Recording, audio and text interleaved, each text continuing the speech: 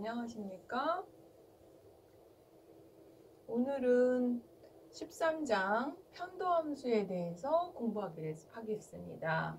그 13장 전체 그 챕터 제목을 편도함수라고는 했는데요. 실질적으로 편도함수만 배우는 건 아니고요.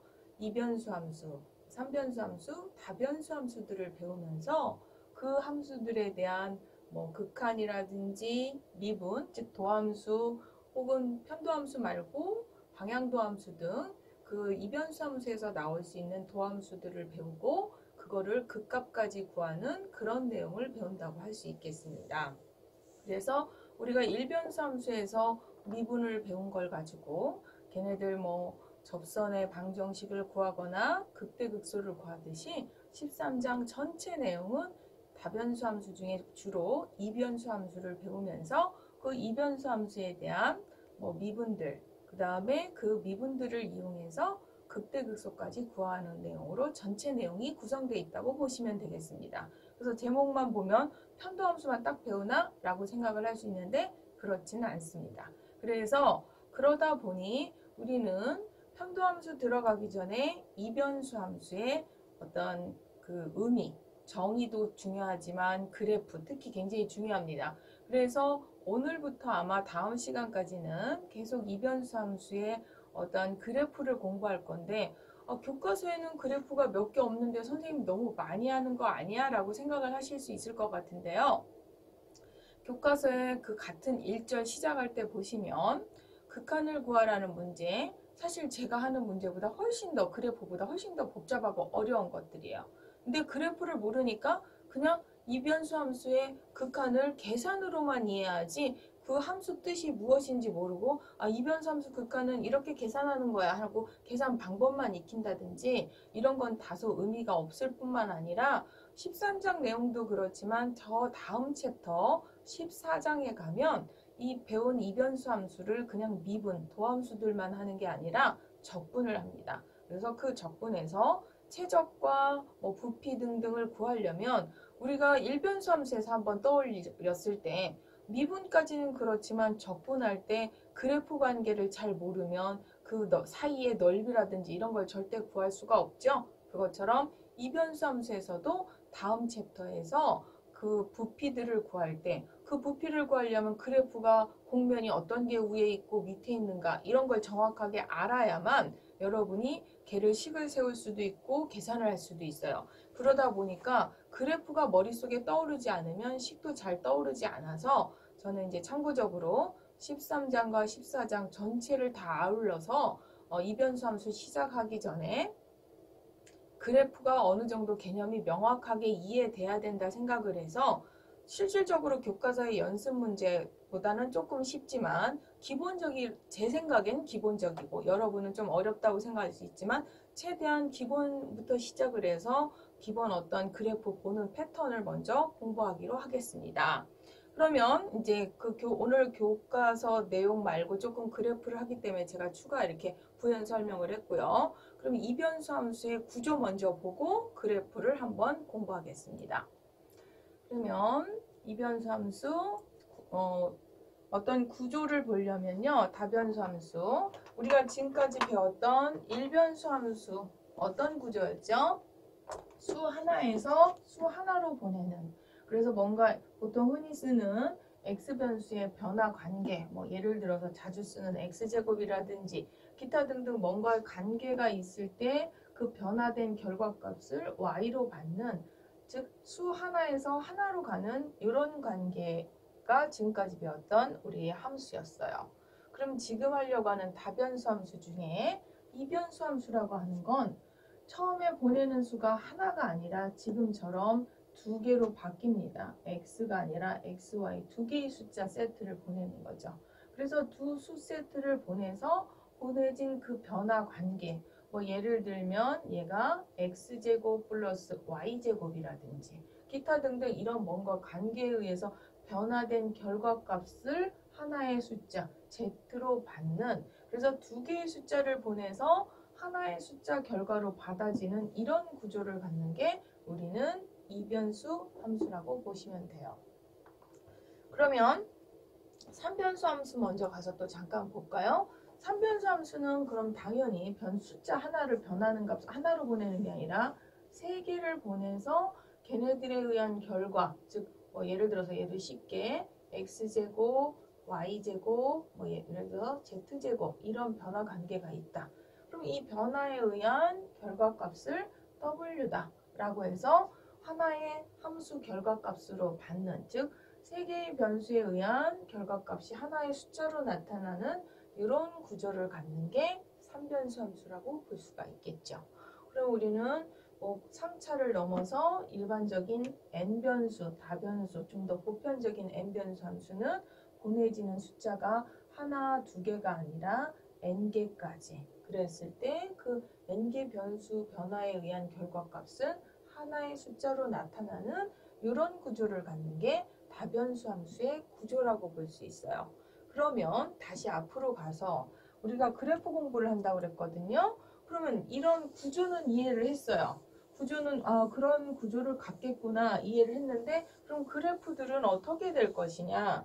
지금까지 우리가 변수 하나 있던 거 굳이 이변수, 삼변수, 다변수에 비하면 우리는 당연하다 싶어서 변수가 하나밖에 없어서 함수라고 했던 거지만, 상대적으로 이 일변수 함수는 숫자 하나가 x 변화되는 값에 하나의 결과값 y로 바뀌는 결과값 f에 의해서 x와 y 변화된 거를 어떤 식으로 표현했냐면, 저렇게 낱개로 x가 예를 들어서 얘가 x제곱이었다고 하면 0일 때 0이야, 1일 때 1이야, 2일 때 4야, 이런 식으로 매칭을 시키는 걸 상호 관계를 이해하기 위해서 우리는 직교좌표계 0일 때 0, x가 이쪽을 x축이라고 잡고 또 받아지는 결과값을 y축으로 받아서 1일 때도 y도 1이야.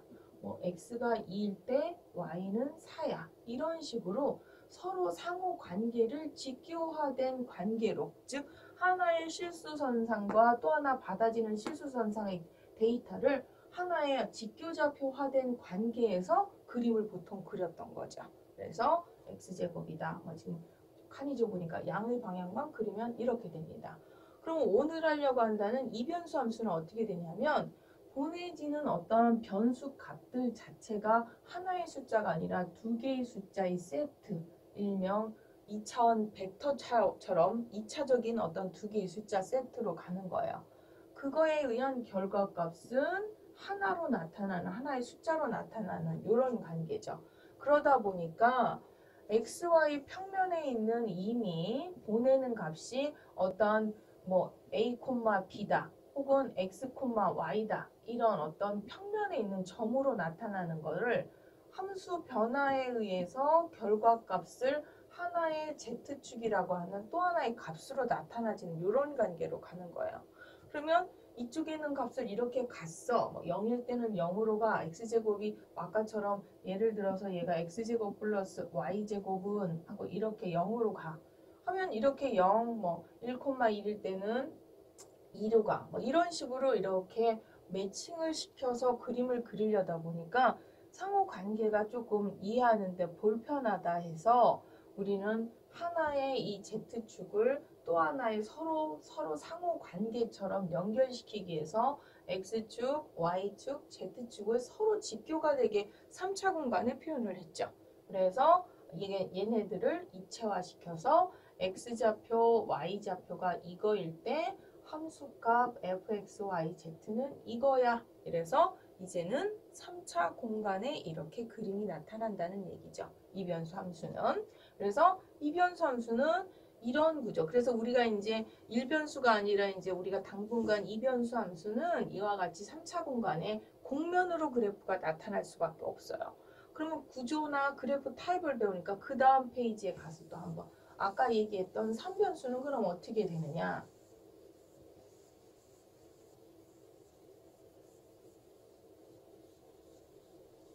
그럼 똑같은 논리로 접근하면 3변수 함수는 어떻게 돼요? 보내는 포인트가 3개짜리 성분, 3차짜리 벡터예요. 그러면 보내는 어떠한 정의역이 3차 공간에 있는 x, y, z에 있는 어떤 하나의 점이 되는 거죠. x, y, z든 구체적인 a, b, c가 됐든 그거를 변화된 f 변화에 의해서 아까처럼 하나의 결과로 나타난다. W축. 그러면 뭐 0일 때 0이야 이렇게 해서 다 포인트로 해도 물론 도식화해서 최대한 표현은 한다지만 굉장히 불편하죠. 그래서 얘도 아까 이변수 함수처럼 하나의 어떤 서로 상호 관계를 좀 표현할 수 없을까 하고 표현을 하려고 해도 우리가 쓰는 물리적인 공간은 3차 공간을 넘어서 표현하기 힘들다 보니까 이 3변수 함수부터는 아까 원리대로 묶을 수가 없고 그냥 이렇게 표현을 할 수밖에 없어요. 그러니까 누가 봐도 불편하죠. 0일 때 0이야. 뭐 예를 들어 1일 때 1이야. 이런 식으로 뭐 그 특징에 의해서 그 관계식의 결과에 의해서 뭔가를 포인트를 매치시켜 봐야 굉장히 불편하기 때문에 표현은 최대한 하지만 불편하다 보니까 우리 교과서에서 다변수 함수를 주로 3변수 함수보다 아까 공간에서 표현 가능한 이변수 함수로 주로 다루고 있어요. 그렇지만 최근 예전에는 그래서 거의 3변수 얘기는 하지 않았는데 뭐 워낙 뭐 인터넷이나 기타 등등 AI 쪽 기타 등등 4차 산업 뭐 이래가지고 차원이 3차 넘어가는 것들이 너무 많다 보니까 이게 3차 산업은 공학에서 필요 없어 하고서 빼는 것보다 이제 3차 3변수 함수나 뭐 이런 것들도 많이 다루기 때문에 그래프 어떤 패턴은 이렇게 이해하시면 된다. 그래서 n변수도 비슷한 패턴으로 이해하시면 되겠습니다. 그럼 이제 다시 원래 목표인 이변수 함수, 공면으로 나타난다는 이변수 함수를 이제 공부해 보겠습니다.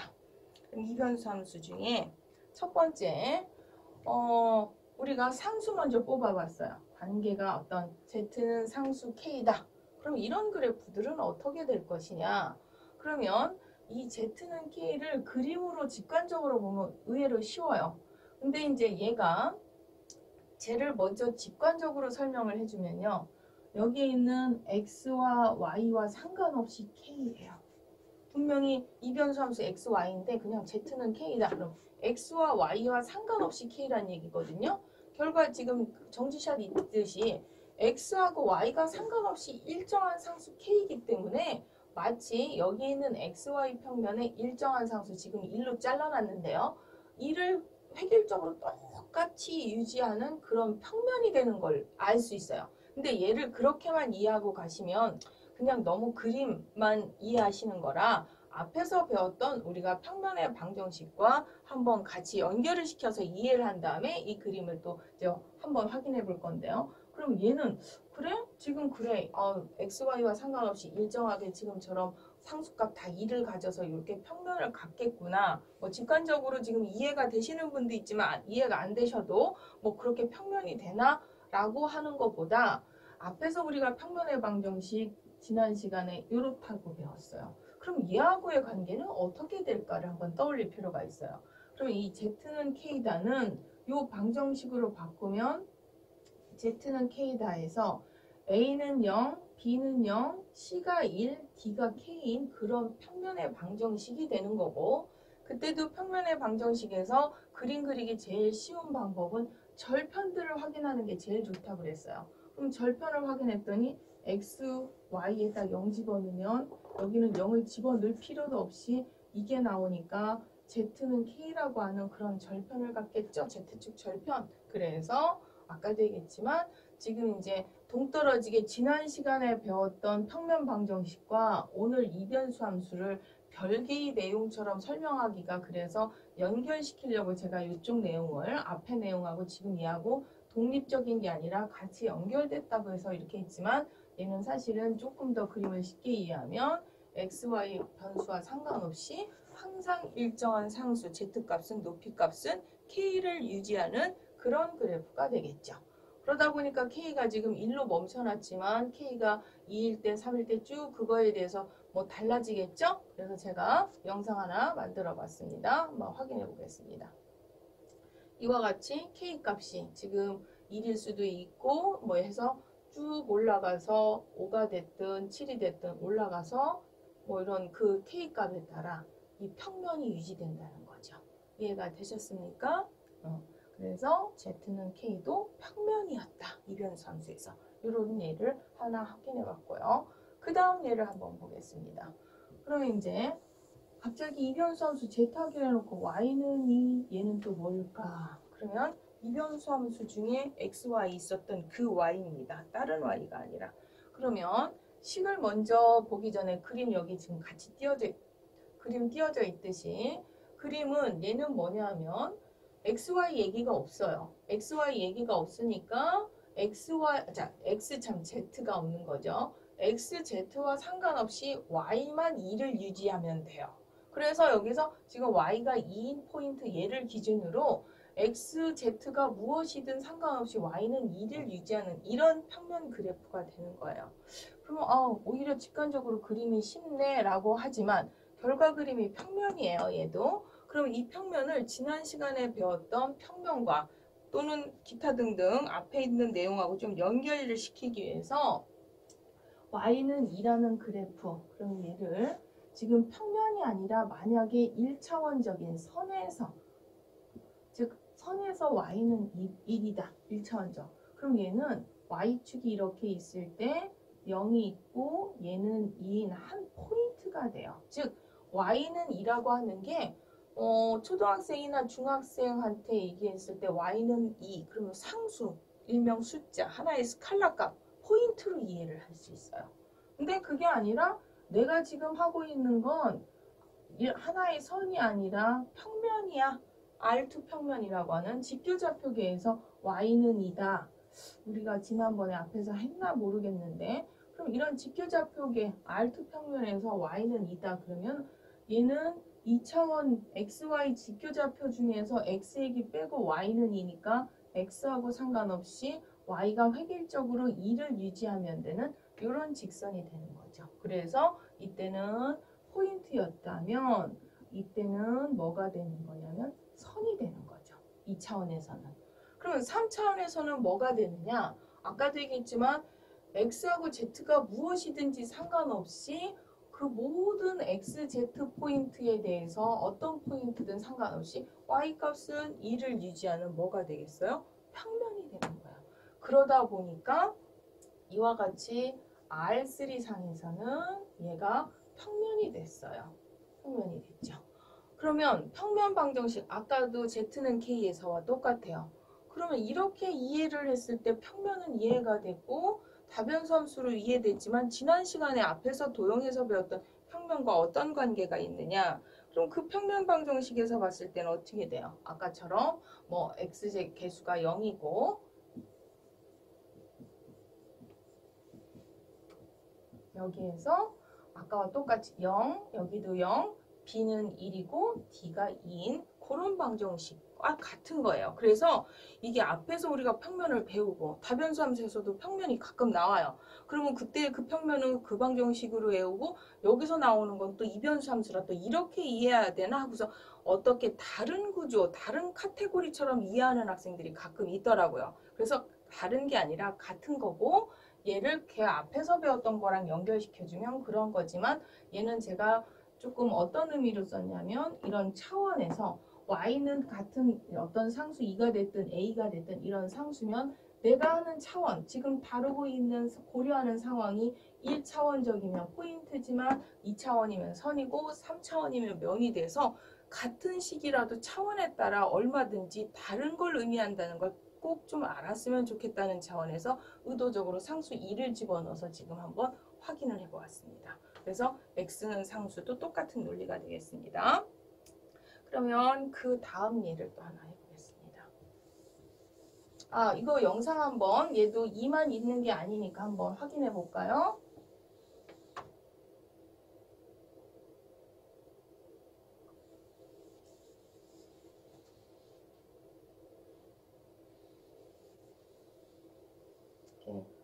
제가 2만 찍었지만 아까도 얘기했지만 2가 아닌 일반적인 상수일 때 이런 평면으로 얘가 2가 아니라 뭐 일반적인 A대로 생각해 주면 되겠죠.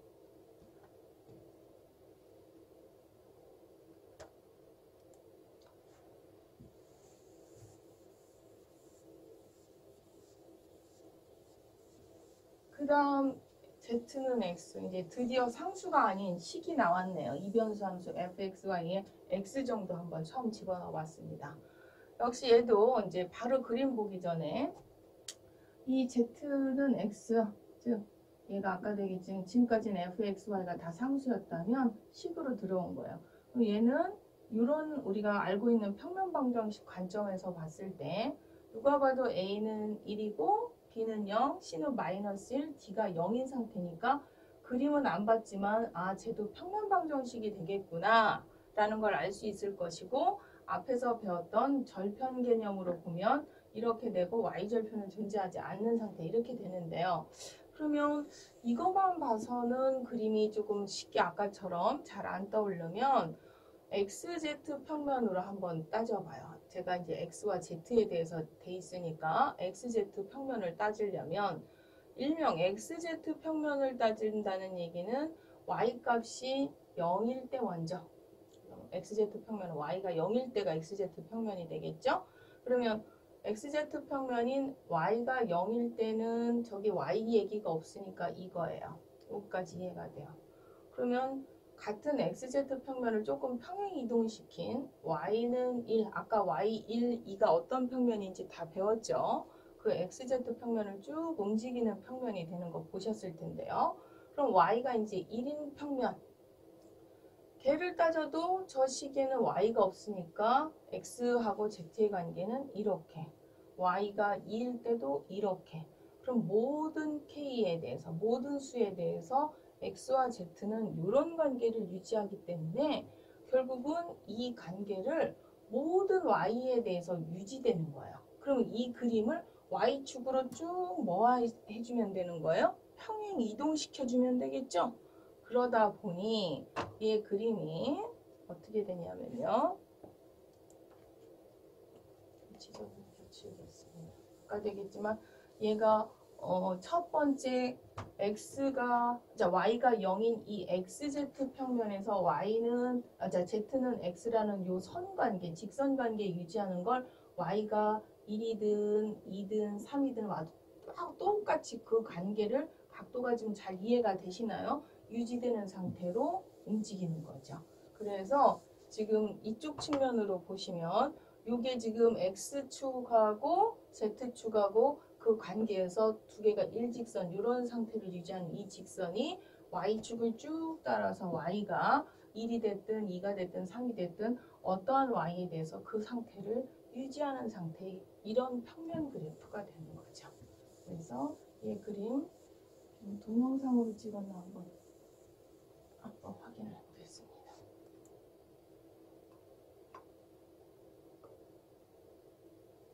그래서 각도가 조금 그림샷이 어떤지 몰라서 제가 한번 돌려봤는데요. 이런 상태를 유지한다고 보시면 되겠습니다. 그 다음 이제 4번을 한번 보겠습니다. 이제 4번은 이제 한 변수가 아니라 마치 진짜 이변수처럼 보이게 두 개의 xy가 들어왔네요. 그래서 x 플러스 y 얘도 누가 봐도 아직은 앞에서 배웠던 평면 방정식이고 그 앞에 있는 계수들 분석을 해놨고요. 그 다음에 x절편, y절편, z축 절편을 분석했는데 그래도 뭐 그림이 잘 떠오르지 않아요. 그래서 우리는 앞에서 이 평면 방정식을 배울 때 절편도 절편이지만 그 계수들 x와 y와 z의 계수 얘가 그 평면에 뭐였냐면 수직 벡터였어요. 그래서 원점을 지나는 건 확인을 했으니 이와 같이 절편을 따져서 원점을 지나는 걸 확인했으니 수직 벡터가 원점을 지나면서 수직 벡터, 일명 법선 벡터가 저런 평면이다 라고 해도 그림이 떠오르는 사람이 있고 머릿속에 잘 안 떠오르는 사람이 있다면 아까처럼 뭔가 하나의 그 축을 혹은 하나의 평면으로 그 변수를 바꿔서 접근을 해주면 돼요. 그러면 이번에는 Z를 아까는 Y를 변화시켰다면 이번에 Z 기준으로 Z가 0일 때 그러면 즉 Z가 0일 때라는 건 우리 흔히 말해서 XY 평면이 되거든요. 그래서 Z가 0일 때는 이 식에 Z 값이 뭐가 들어가겠어요? 0이 들어가겠죠. 그 XY 평면으로 쭉 평행 이동시키듯이 Z가 1일 때 얘가 아까 어떤 평면인지 그림으로 먼저 확인했으니까요. 1일 때 곧 XY 평면하고 똑같이 올라가는 Z가 1일 때는 이런 관계식이 될 거고요. E일 때 이런 관계식, K일 때 쭉 해서 이런 관계식. 그러면 이 관계식은 이렇게 식으로만 보면 잘 이해가 안 되시면 얘가 x 플러스 y 절편이 각각 1, 2 이런 식으로 쭉 해서 일반적으로 K까지 올라가는 이런 상태의 직선 상태를 유지하면서 움직이는 거죠. 1과 2 해서 이렇게 K로 이렇게 움직이죠. 그러면 이게 일명 사실은 앞에서 제가 교재에서 설명되어 있는 거를 같이 안 따라가다 보니까 그랬는데 이게 등고선이라고 하는 거야. Z가 0일 때, Z가 1일 때, Z가 2일 때, Z가 뭐 K일 때 이런 식으로 따라서 움직이는 선. 즉, 요 선을 따라서는 Z값이 0이 된다는 얘기고요. 요거는 지금 Z가 1일 때의 등고선이었거든요. 그럼 Z가 1일 때 요 선에 있는 함수값, 이변수 함수값은 1이라는 얘기인 거죠.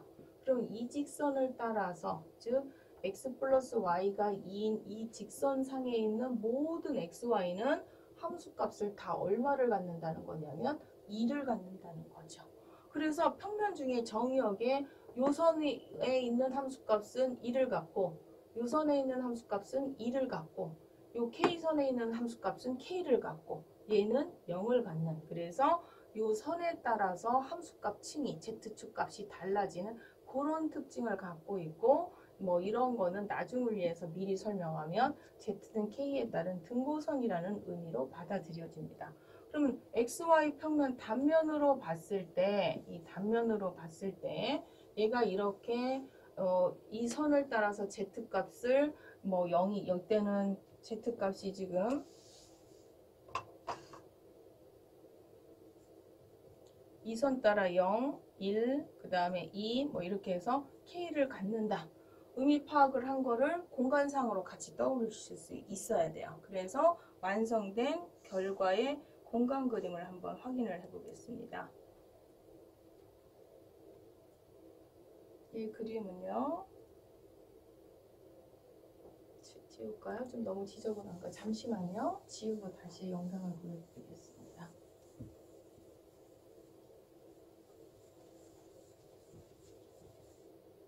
지금 등고선이 보이나요? 제가 얘기한 등고선 1일 때, 0일 때, 뭐 마이너스 1일 때는 반대쪽으로 이렇게 이쪽으로 뻗어 나가겠죠.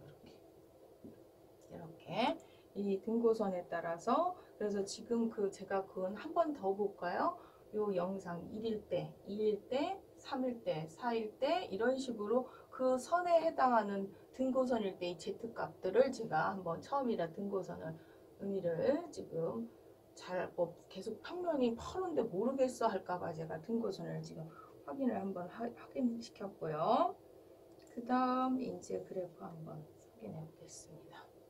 그러면 이제 x 플러스 y 두 개 더해 봤어요. 빼기 그래프는 그럼 어떻게 되느냐? 빼기 그래프 얘 기본 그 등고선처럼 아까 조금 전에 플러스에서처럼 등고선으로 접근하는 방법이나 처음 평면 접근하는 내용은 이제 비슷해서, 특히 이제는 저런 거를 왜 평면이 나타나고 앞에서 배웠던 평면과 어떤 관계가 있는가는 충분히 좀 이해가 되셨을 것 같아서 이제는 아까처럼 등고선으로 갈 수도 있지만 조금 수준을 다르게 해서 어려운 거에서 하는 것보다 여기서 접근하는 게 나을 것 같아서 대칭 이동에 대한 설명을 설명드리려고 해요. 그럼 얘는 이 그래프는 조금 전에 그렸던 이 그래프하고 y 자리에 플러스 y 자리에 뭐가 들어가 있냐면 마이너스 y가 들어가 있어요. 차이가.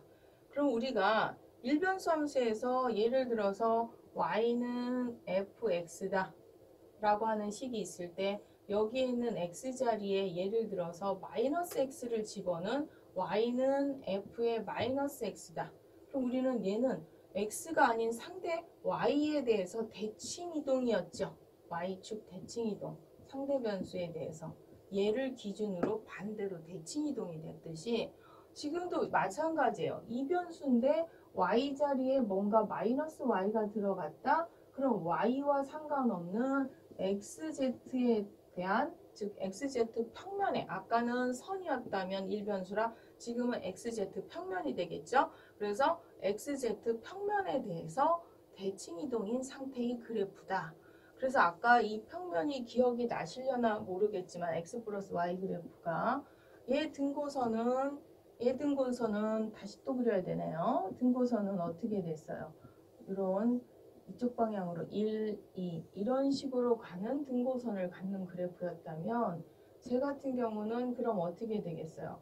x-y가 z값 k를 갖는 상태니까 등고선 y는 x-k 이렇게 되겠죠.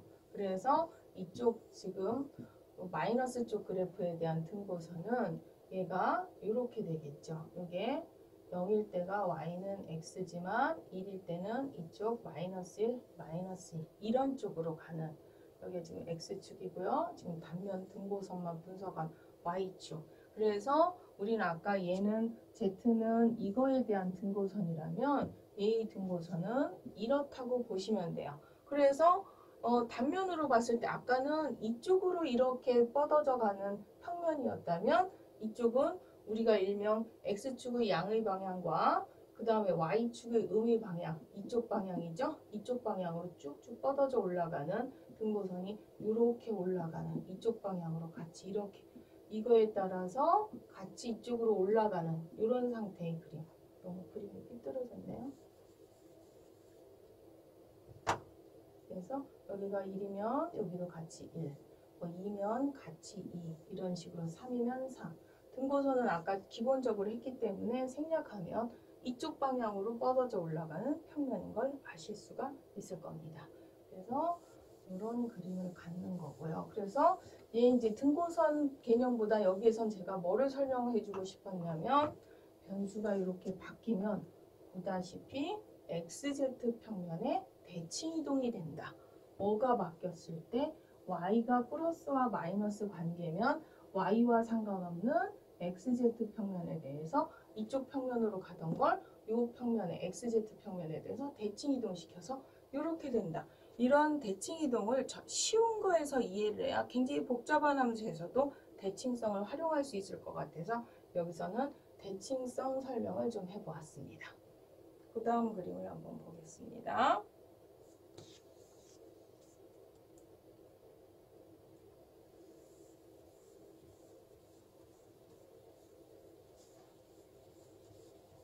그래서 돌려서 보면 회전하다 보면 아까 그림이랑 똑같은데 XZ 정지샷으로 같이 그리면 그래서 제가 같이 했더니 둘 다 좀 표가 잘 나지 않아서 같이 그리는 건 생략하고요. 등고선으로 제가 설명한 것처럼 이쪽으로 가는 평면이냐 이쪽으로 가는 평면이냐 그 차이 즉 XZ 평면 이 라인을 중심으로 대칭 이동한 관계다 라고 보시면 되겠고요. 그 다음 예제 4번에서 또 다른 그림이 또 있습니다. 그러면 아까 플러스에서 이번에 y를 마이너스가 아니라 x에 한번 마이너스를 시켜보았어요. 그럼 얘 그래프는 아까 더하기가 아니라 이쪽에 빼기로 했을 때 원리하고 똑같이 이번에는 얘는 원래의 x자리에 얘가 마이너스 돼 있다라고 이해를 하시면 되겠죠. 그럼 어떻게 돼요? 이 마이너스 배 시킨 거와 상관없는 y와 z 평면에 대해서 대칭 이동이 되겠죠. 등고선 얘기는 여러 번 했으니까 그래서 얘가 이쪽 방향 y와 z축으로 대칭 이동해서 그래프가 저런 그래프가 되겠죠. 그래서 아까 지금 세 개 그래프가 선생님 같은 거 지금 돌리는 거 아니야? 라는 느낌이 될 정도인데 자세히 보면 저기 축에 따라 플러스 마이너스가 다 다릅니다. 그래서 이런 그래프가 되겠고요. 그 다음 또 그림 같이 연결된 거. 그러면 이제 x도 y도 마이너스다. 둘 다. 그럼 어떻게 되겠어요? 그 등고선부터 시작해서 따지면 둘 다 이쪽 뒤쪽 방향에 해당하는 쪽으로 뻗어나가겠죠? 그래서 등고선으로 여러분이 아까 제가 알려준 방법으로 접근해도 되지만 대칭성을 이용해서도 그렇고 쟤는 일명 3, 4분면 방향으로 이렇게 쭉 올라가는 그런 등고선을 가져서 XY 단면으로 봤을 때 그래서 이런 그림이 되겠어요. 그러면 얘 그래프는 어떻게 될까요? 얘 그래프 지금 각각에다가 플러스나 마이너스를 한번 X쪽에다도 플러스 마이너스 Y쪽에도 플러스 마이너스 네 가지 그래프를 다 그려봤는데 그러면은 걔네들을 그냥 낮게가 아니라 플러스 마이너스도 우리 절대값도 같이 잘 연결시켜서 하니까 이런 쉬운 식일 때 플러스 마이너스일 때는 어떻게 될까 한번 떠올려 볼 수 있거든요. 그럼 걔는요.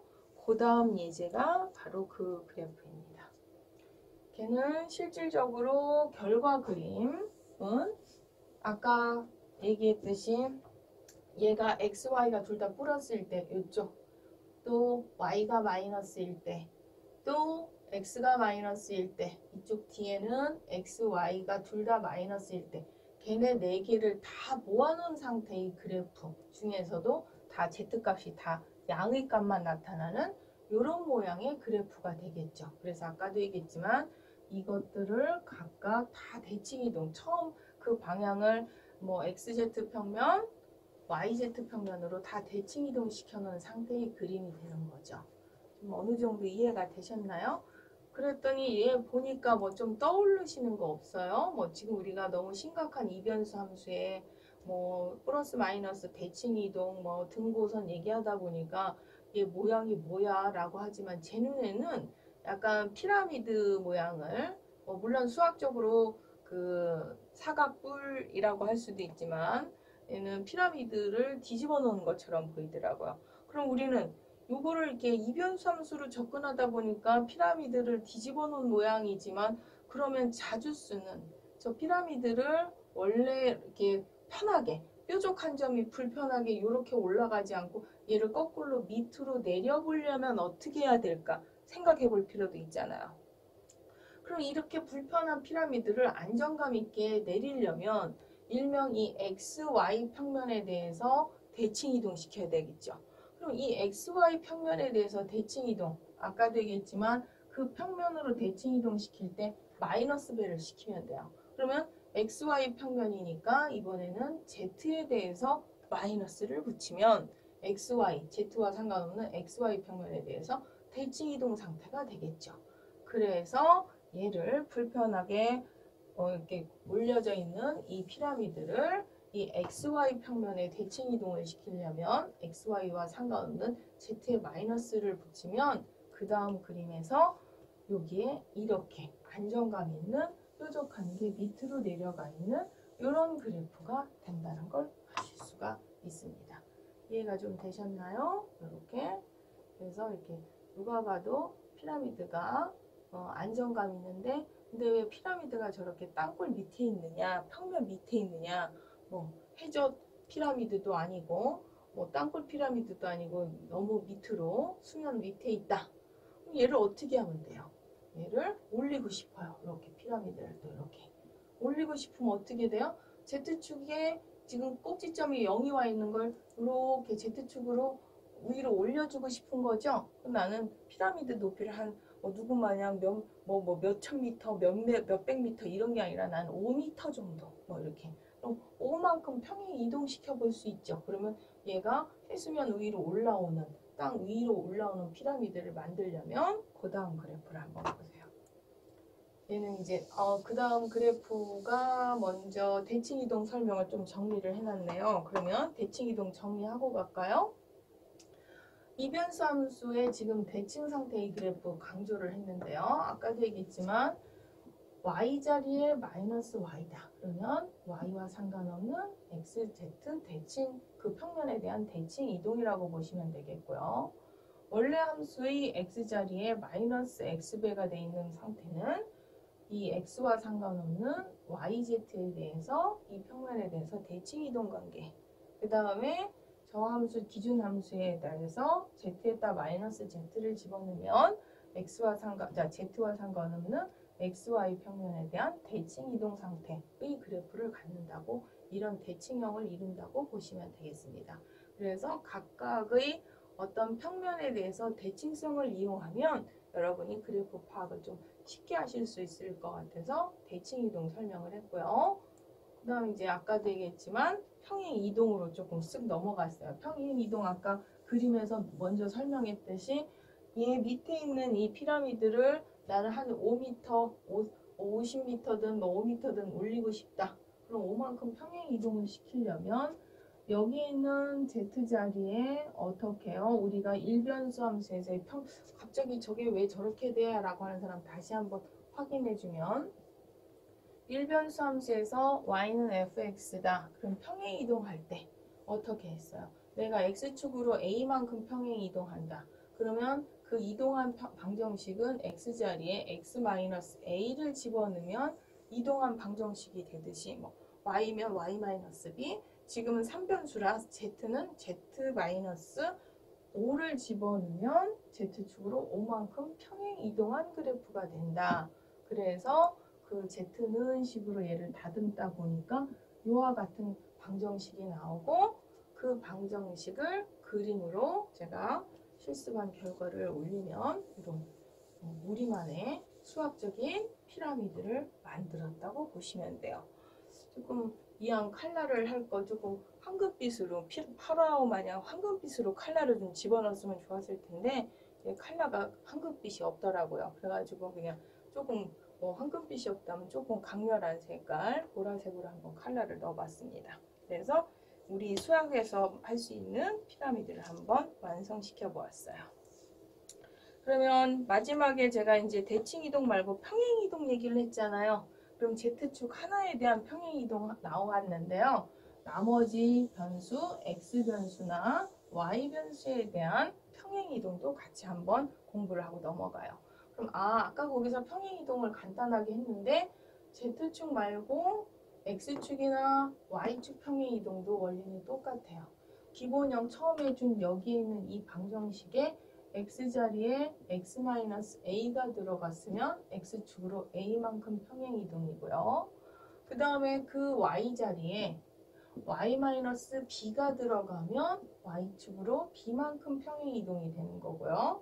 그 다음에 z자리에 z-c가 들어가면 z축으로 c만큼 평행 이동이다. 즉 1변수에서 2변수의 확장형 버전으로 좀 알아두시면 여러분이 평행 이동만 좀 알아도 또 그림이 또 쉬워질 때가 많아요. 뭐 대칭 이동, 평행 이동 이런 것들을 알을 때 굉장히 함수가 쉬워질 수 있으므로 처음에 간단한 x, y 정도 했을 때 평행 이동과 대칭 이동을 먼저 설명하고 싶어서 교과서에 저런 얘기 없는데 왜 하지? 할 것 같지만 더 복잡한 함수에서 정말 평행 이동을 좀 써먹어야 되고 대칭 이동을 써먹는 데 가서 이걸 분석해주면 너무 어렵습니다. 그래서 조금 순서를 바꿔서 이거 조금 뭐 쉬운 듯 하지만 유치한 것 같기도 한 여기에서 좀 우리가 평행 이동이나 대칭 이동 개념을 알아야 복잡한 데 가서 이해하실 수 있을 것 같아서 간단하게 이제 평행 이동까지 특징을 설명했고요. 그 다음 함수 이제 넘어가서 한번 해보겠습니다. 그럼 우리는 이변수 함수의 x, y를 그냥 x 또는 x 더하기 y 빼기 이제 뭐 할 차례냐 곱하기를 한번 해보고 싶은 거예요. 그럼 두 개의 곱하기 그래프는 어떻게 될 것이냐 기존에 앞에 있는 거하고는 조금 차원이 달라요. 그럼 우리는 아까 어떻게 했어요?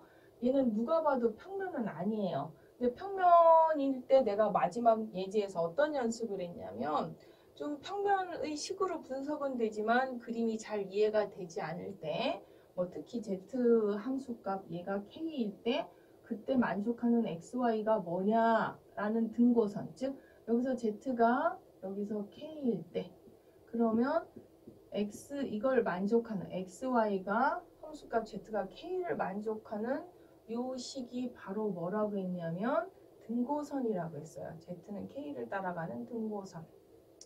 그래서 그 등고선을 한번 정리를 해놨어요. 저 등고선이 어떤 상태가 되냐면 쌍곡선이죠.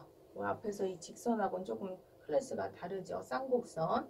그래서 저 쌍곡선 그림을 분석을 해주면 k가 1일 때는 그러면 x분의 1이니까 이런 쌍곡선이 되겠고요. k가 2면 좀 더 벌어진 이런 쌍곡선.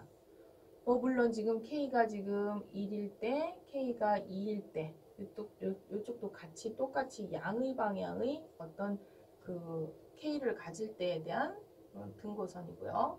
k가 이런 양수만 있는 게 아니라 뭐도 있냐면 음수도 있어요. 그럼 음수일 때, 마이너스 1일 때 그러면은 아까 이쪽하고 요 k가 1일 때하고 대칭이지만 이쪽으로 K가 음수일 때가 이렇게 되는 거죠. 그래서 K가 마이너스 1일 때, K가 마이너스 2일 때 이런 식으로 등고선을 갖게 돼요.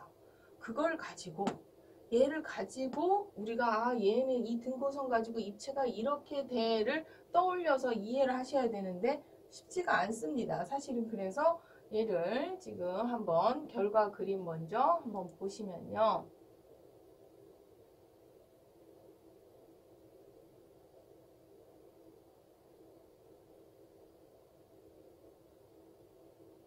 지금 등고선 봤는데도 잘 좀 매치가 안 되죠, 사실은. 그래서 제가 등고선을 입혔습니다. 그냥 그림으로 봐서는 돌려서 회전해도 안 될 것 같아서 저기에 등고선을 더 씌워놓는데도 그래도 잘 이해가 안 될 것 같아서 각 정지했을 때 등고선 올라가는 것과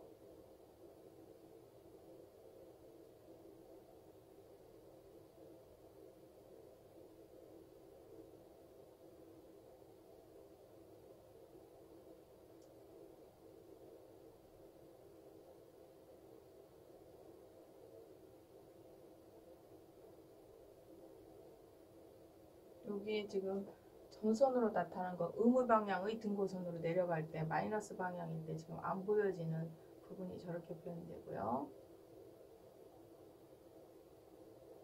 등고선하고 같이 좀 매치가 좀 되셨나요? 그림이?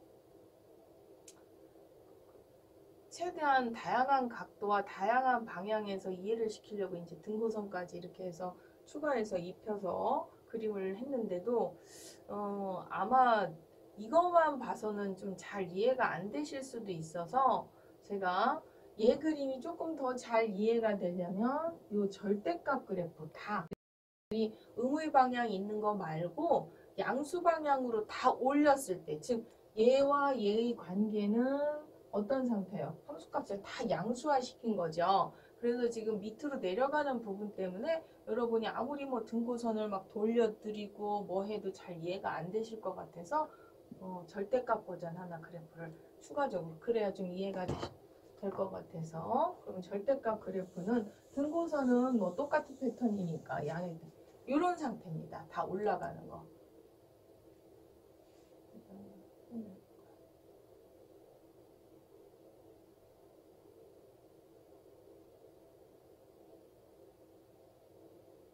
좀 이해가 되셨나요? 그림이? 제가 좀 축을 위에 쪽으로 좀 보여드렸어야 되나 이해가 되셨는지 모르겠네요. XY 그래프가. 그래서 이런 그래프가 된다고 할 수가 있겠고요.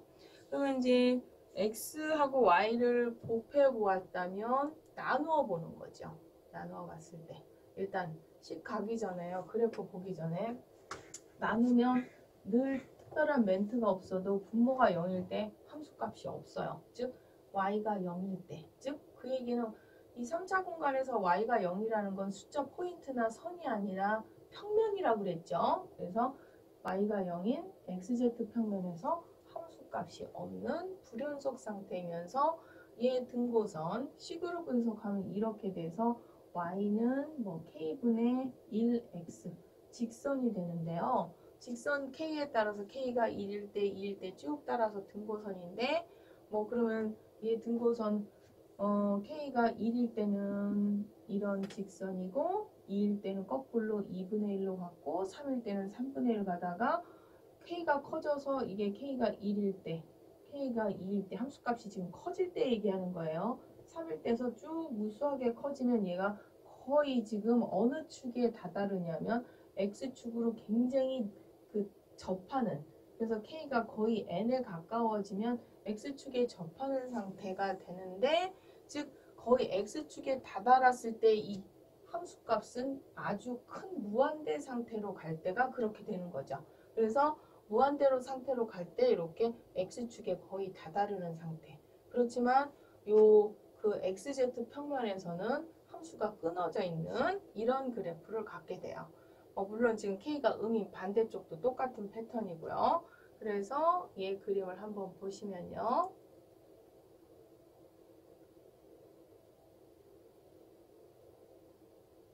지금 아까도 얘기했지만 X축으로 올라갈 때 플러스 무한대로 가고요. 이렇게 무한대로 가고 반대쪽으로는 내려가겠죠? 그럼 지금 등고선 저쪽까지 겹쳐서 그리면 헷갈릴까봐 제가 양으로만 그렸지만 올라가고 밑으로 이렇게 내려가는, 이쪽으로 올라가고 내려가는 이런 상태의 그래프가 된다는 것을 알 수가 있습니다. 얘도 지금 밑으로 내려가서 돌렸다고 해도 잘 안 보일까봐 절대값 버전을 한번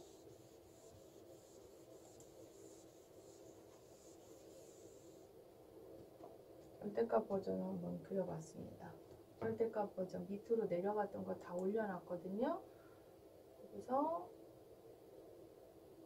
올렸어도 색깔이 너무 짙어서 그런지 좀 잘 안 보일 것 같아서 등고선 같이 하나 그려놨습니다. 등고선 따라서 올라가면 이런 상태가 올라가지고 내려가지는 이런 상태의 그래프가 된다는 걸 알 수가 있습니다. 그래서 우리는 지금 두 이변수 함수에서 x와 y를 더해보고 빼고 곱하고 나누어 보았어요. 나누다 보니까 뭐 끊긴다, 즉 불연속이다, 또는 함수값이 그 점에서 없다, 뭐 이런 것들 이렇게 갈라지는 이런 포인트를 발견했는데요. 그럼 나누기 할 때 하나 더 나누기 불편하게 끊어져 있는 얘를 나중에 연속 불연속도 하니까 나온 김에 불연속 유형의 대표적인 그래프 하나, 그렇죠? 나누기 그냥 x 나누기 y가 아니라 이렇게 나누기가 아니라 x와 y를 둘 다 나누었을 때의 그래프는 이렇게 됩니다.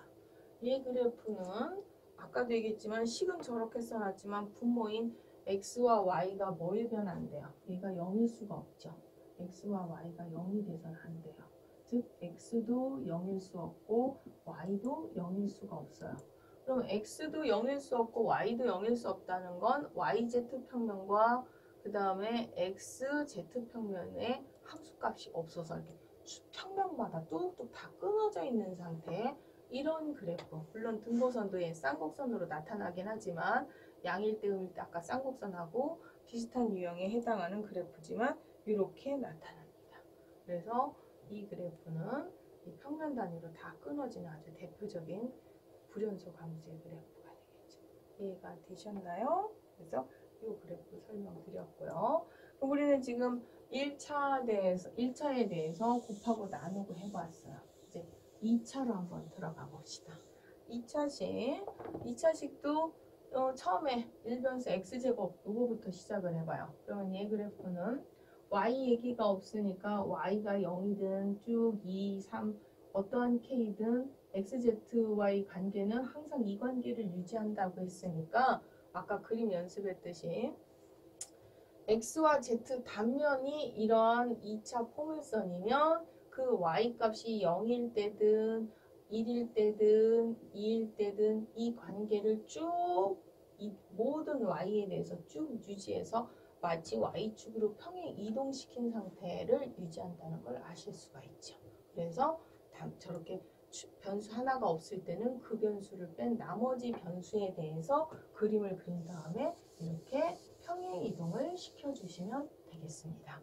그래서 이렇게 평행 이동 시켰을 때 이거를 이름을 포물주면이라고 했다는 것까지 같이 설명드리겠습니다.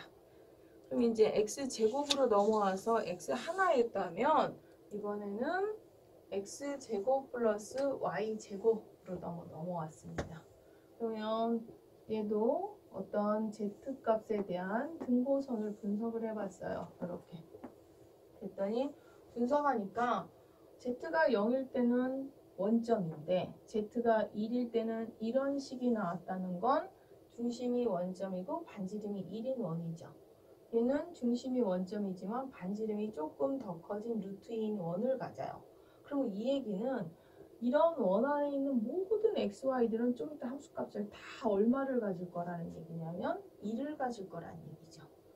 또 조금 반지름이 더 커진 반지름이 루트인 이 원 안에 있는 모든 xy는 좀 이따 함수값을 다 얼마를 가질 거예요? 2를 가질 거예요.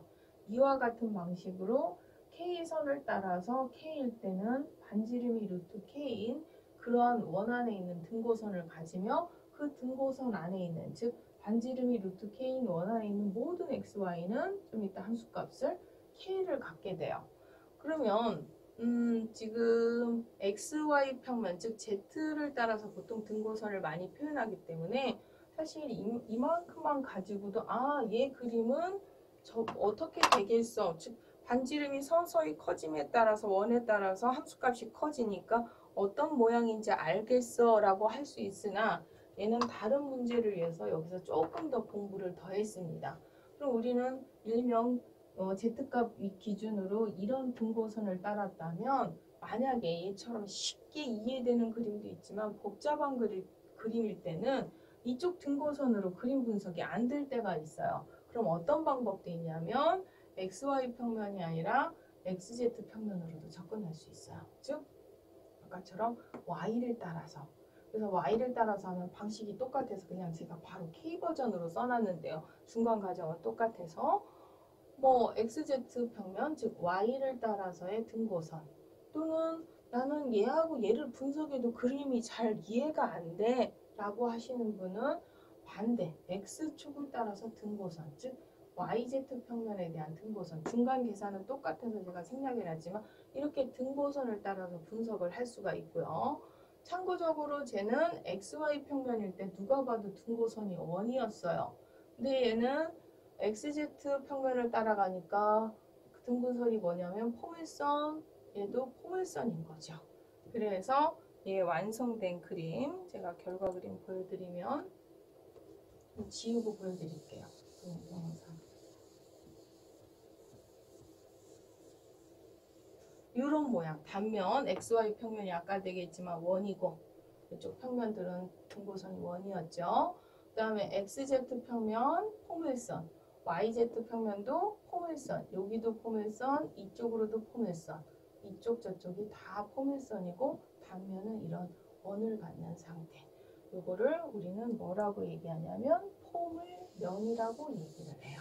그래서 회전을 어떻게 시켜도 마치 포물선을 360도 회전한 거하고 똑같은 모양의 그림이 되는 거죠. 그래서 이렇다고 할 수가 있겠고요.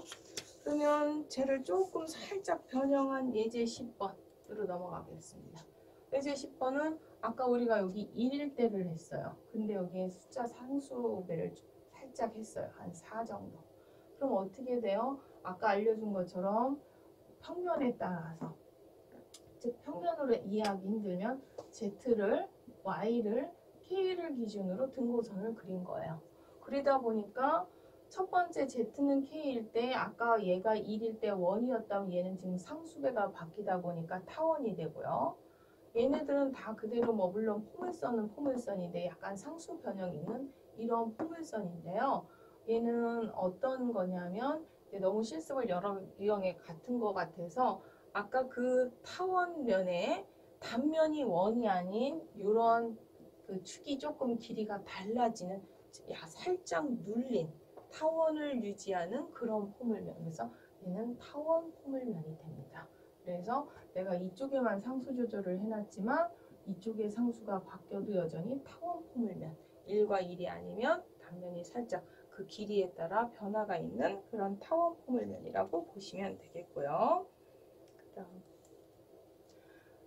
그러면 거기 조금 전에 상수 4배 한 것까지는 괜찮은데 여기에 플러스 1이 돼 있다. 좀 이거 불편하다가 아니라 앞에서 처음에 쉬운 1차에서 했던 것처럼 얘를 어떻게 해요? 이렇게 이동시키면 이 그림을 Z축으로 얼마만큼? 1만큼 평행 이동이다.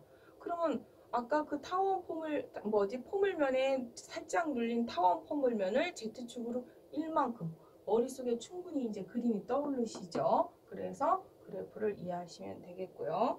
그럼 얘는 X축, Z축 자꾸 평행 이동만 시키니까 이 변수 함수는 Z축 평행 이동만 있는 줄 아는데 그 다음에 보시면 Y축 이런 평행 이동도 충분히 생각할 수 있죠.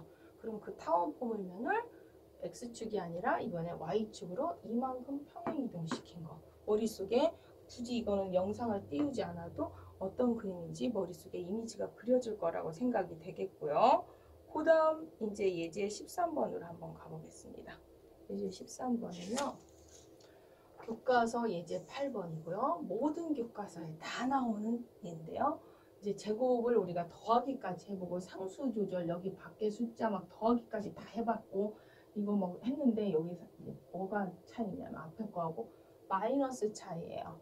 그래서 아까 등고선만 따지는 게 아니라 어느 축 단면이 필요하냐 설명했던 게 보통은 요거 축 단면의 등고선만 따지지만 y는 k에 따라 x는 k에 따라 등고선을 다 그려보면 즉 xy 평면에선 누가 봐도 쌍곡선이에요.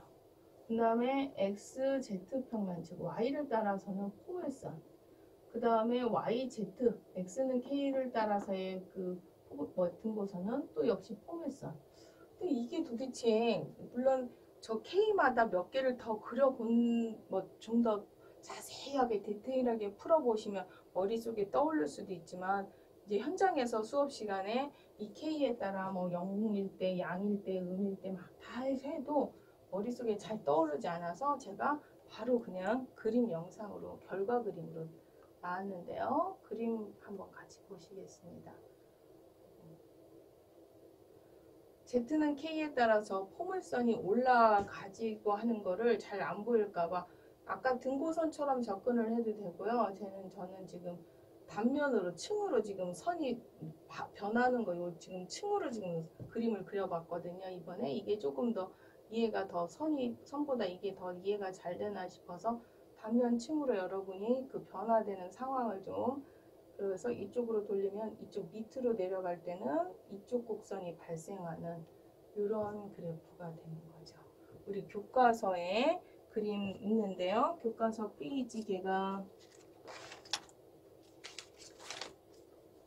493페이지에 13의 1 그림, 1의 11 그림인데요. 걔를 입체로 그리면 혹은 뭐 이 그림보다 그 평면 그림이 더 이해가 더 잘 되시는 분도 있지만 이 그림은 이런 그림이 된다. 그래서 그 단면층 선이 조금 막 너무 여러 개라서 지저분할까봐 단면층하고 선으로 지금 보시라고 단면 따라가서 단면을 움직여 봤는데요.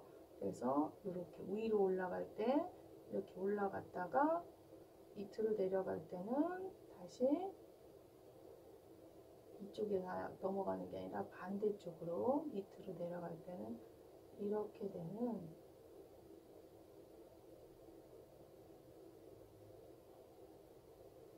돌려서 더 이해가 안 되시는지 잘 되시는지 모르겠는데 다양한 각도로 제가 그림을 한번 그려보았어요. 그 다음에 또 우리가 아까 이제 지금까지 제곱을 x제곱, y제곱 이런 거만 했는데 z제곱을 한번 생각해 봤어요. z제곱이다. 그러면 z제곱 뭐 너무 불편한데 라고 하면 우리가 익숙한 아직은 z로 바꾼 플러스 마이너스 그래서 플러스인 경우도 아까 각 그 변수별로 z변수, y변수, x변수로 등고선을 분석을 했어요. 그랬는데 얘가 이 등고선 물론 사실은 아까 중간에 K가 뭐일 때부터 이렇게 쭉 등고선 얘도 쭉 뭐 이렇게 쭉 분석을 해보면 좋지만 이제 제가 조금 너무 그렇게 하면 설명이 길은 것 같아서 생략은 됐지만 이 쌍곡선이나 원을 보고 그림이 뭔지 잘 안 떠올리실 수가 있는데요. 얘는 지금 Z는 K다. 그러면은 XY 단면으로 봤을 때는 XY 단면으로 봤을 때 얘는 이런 그 쌍곡선이 되는 거죠. 이런 쌍곡선. 이런 쌍곡선으로 간다는 거. 그 다음에 Y는 K 그러면은 이번에는 X축 그 다음에 Z축 이쪽으로 갔을 때는 역시 Y가 K면 얘도 쌍곡선이 되죠. 그래서 이번에는 Z축으로 이렇게 벌어져요. 이런 쌍곡선이라는 얘기고요. 그 다음에 X는 K, 즉 YZ 평면으로 그렸을 때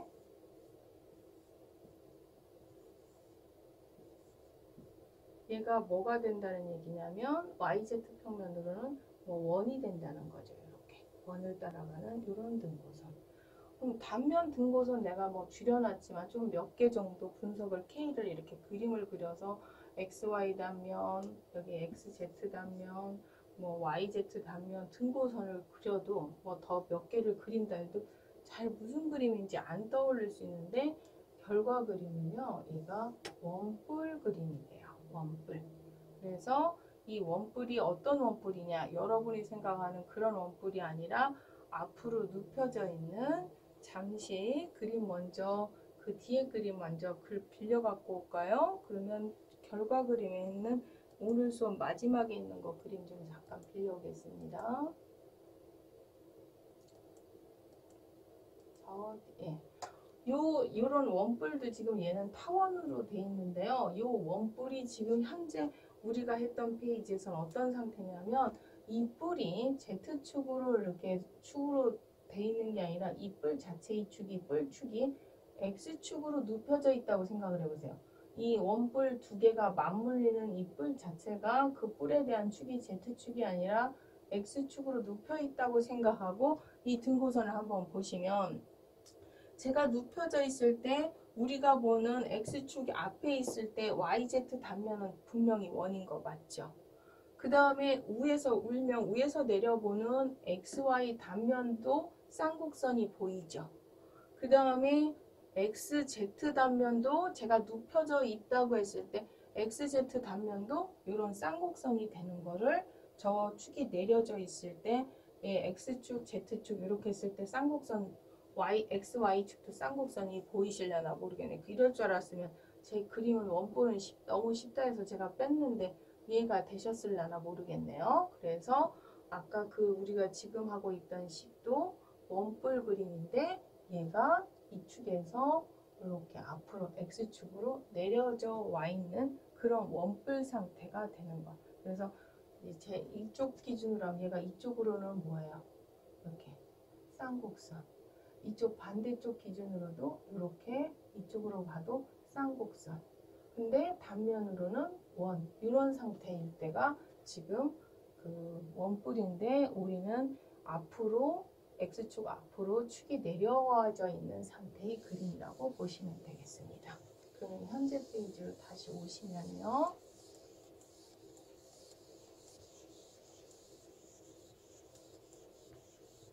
그러다 보니까 우리는 얘 아까 앞에서 Z는 했던 거에 제곱을 시켰더니 이와 같이 원뿔이 됐던 얘를, 누가 봐도 원뿔이 지금 이게 앞으로 내려와져 있으니까 불편해서 아까 그 그림처럼 Z축에 세워진 방향, 그런 원뿔은 어떤 원뿔이냐, 여기에서 있던 지금 현재 저 식의 X축 원뿔일 때는 어떤 상태냐면, 얘가 넘어갔을 때 얘가 지금 X축에 그 뿔의 축이 있었던 방향이에요.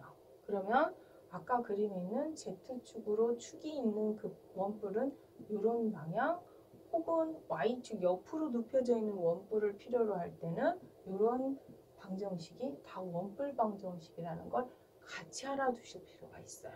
그래서 뭐 일부 교과서에서 원뿔을 설명할 때 이쪽으로 쉽게 설명하는데, 또 어떤 학생들은 얘는 아는데 지금처럼 얘는 원뿔인지 모르는 학생들이 있거든요. 그래서 물론 이쪽으로 설명하면 그림도 조금 더 쉽고요.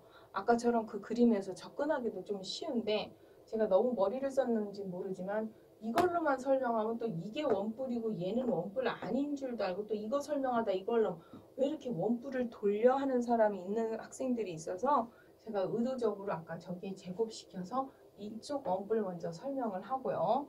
원뿔은 이렇게 해서 만들어지지만 이러이러한 다양한 원뿔이 있다는 걸 추가적으로 축에 따라 달라질 수 있다는 것을 추가 설명을 드렸습니다. 그 다음요. 9를 한번 해보겠습니다. 교과서 예제죠.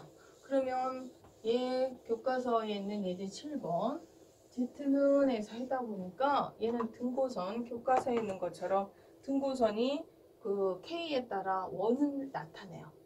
단면이 원인 등고선을 따라서 쭉 그리면 얘는 뭐가 돼요? 교과서처럼 9가 되겠죠. 그래서 중심이 원점이고 반지름이 4인 9. 교과서 그림이 있어서 제가 그냥 이건 스캔 뜨지 않았는데, 단면이 원이고 그 다음에 그 단면을 따라서 쭉 원을 유지하는 그런 9가 돼요. 그럼 여기서 주의할 건 뭐 얘는 9가 되겠어. 반지름이 A인 9. 이것도 중요하지만 아까 얘기했듯이 평행이동, X축으로 A만큼, Y축으로 B만큼, Z축으로 C만큼 평행 이동시킨 구의 방정식은 요거다. 그럼 우리가 원도 처음 배울 때 그러잖아요. 중심이 원점인 원을 배우는데 나중에 이 중심이 원점인 원이 아니라 얘를 이동시켰을 때 A, B만큼 이동시켰을 때의 그런 방정식을 일반화시켜서 외우듯이 구방정식도 마찬가지예요. 얘를 중심이 A, B, C만큼 옮겼을 때 반지름이 R인 얘를 갖다가 그럼 반지름 R로 바꿔주면 조금 더 일반화되나요? 여기를 R로 바꿔줘야 되겠네요. 그럼 R일 때는 이런 구의 방정식이다 라고 아실 수 있겠고요. 구 배웠다면 구가 아니라 아까 그 단면이 포물선도 같이 공부했었는데요. 얘도 마찬가지로 단면이 이렇게 되면 우리가 타원이었었어요. 여기 공간으로 이렇게 가면 똑같은 원리에서 여기를 R제곱이었다고 생각을 하시면요. 이렇게 바뀌면 타원면이 된다는 거 같이 이해하시면 그래서 내가 왜 타원이야? 요거 빼면 XY 단면이 타원이고요. 이렇게 빼면 XZ, X변수 빼면 YZ 변수가 타원을 이루는 일면 계란형 모양에 대한 방정식이 나온다고 볼 수 있습니다. 그래서 계란 모양의 방정식이 된다고 할 수 있겠습니다. 그래서 그거에 관련된 예 하나 더 확인을 해보면요. 이렇게 이 그래프가 그 식은 이렇게 줬는데 그 이 그래프는 뭐야? 바꿔서 변형하니까 조금 전에 얘기했던 그 반지름이 일정하지 않은 단면들이 다 타원인 상태의 타원면에 해당하는 식이죠. 그래서 타원면 방정식 마지막 결과식은 되게 쉬운데 식을 이렇게 돌려놓으면 또 타원인지 모르는 사람이 있어요. 그래서 제가 이쪽 그림보다 일부러 이쪽으로 갖고 와서 얘도 이렇게 고치면 타원이 된다, 타원면이 된다는 걸 이해시키려고 일부러 식을 돌려서 갖고 왔고요. 단면들은 다 아까 되겠지만 변수들 하나씩 이렇게 삭제하면 단면에 해당하는 타원이 어떤지 다 이해하시겠죠? 그래서 오늘 수업은 여기 쉬운 타원면까지 공부하는 걸로 하고요. 추가적으로 조금 그 2차 곡선이 좀 있는데요. 너무 길게 하는 것 같아서 수업은 여기까지 하는 걸로 하겠습니다. 그동안 수업 중이라고 수고하셨습니다.